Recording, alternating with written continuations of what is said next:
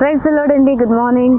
ఉదయకాల సమయంలో సామెతల గ్రంథం 28వ అధ్యాయం 25వ వచనం ద్వారా పరిశుద్ధాత్మ దేవుడు మనందరితో మాట్లాడుతూ ఉన్నారండి. యెహోవా యందు నమ్మిక ఉంచువాడు వర్ధిల్లును.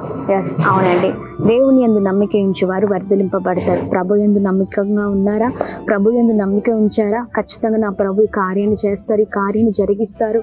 ఏదైనా నా జీవితంలో ఆయన ఒక్కడే చేయగల దేవుడని నమ్మి ఉన్నారా? లేదా మనుషులపైన ఆధారపడుతూ మనుషుల్ని నమ్ముతూ ఉన్నారా?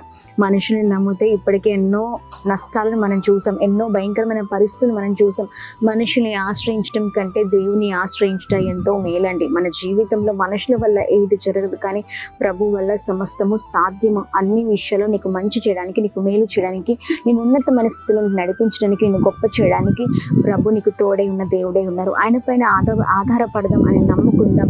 దేవుడు గొప్ప కార్యాలు చేస్తూ అద్భుతంగా మనల్ని నడిపించబోతూ ఉన్నారు. మరి ప్రత్యేకింపబడిన మాటలు అందరి జీవితాల్లో నెరవేర్చబడును కాక. Praise the lord.